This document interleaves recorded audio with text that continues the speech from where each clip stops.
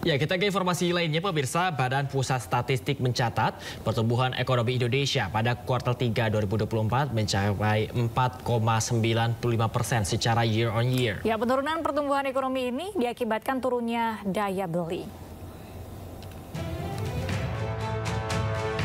Badan Pusat Statistik mengumumkan capaian pertumbuhan ekonomi Indonesia pada kuartal 3 2024 mencapai 4,95% secara tahunan.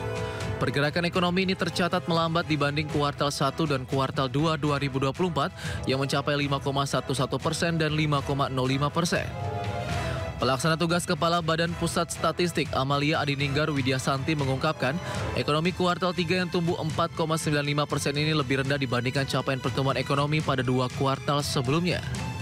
Di mana pertumbuhan ini sejalan dengan pola musiman seperti yang terjadi di tahun-tahun sebelumnya, yaitu pertumbuhan kuartal ke kuartal di triwulan 3 lebih rendah daripada triwulan 2. Pertumbuhan ekonomi Indonesia pada triwulan 3 2024 bila dibandingkan triwulan 3 2023 atau secara year on year tumbuh sebesar 4,95%.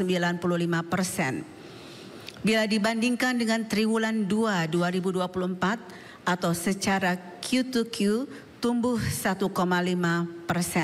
Di sisi lain, dibandingkan pada tahun 2023, ekonomi triwulan 3 2024 yang tumbuh 4,95% disebut tumbuh lebih tinggi jika dibandingkan pertumbuhan ekonomi triwulan yang sama di tahun sebelumnya.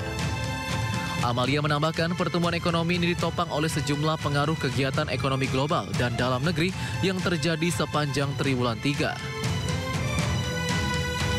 Beberapa peristiwa penting yang berpengaruh terhadap kinerja ekonomi triwulan 3 Indonesia diantaranya IMF per Oktober 2024 memperkirakan ekonomi global 2024 akan tetap tumbuh stabil.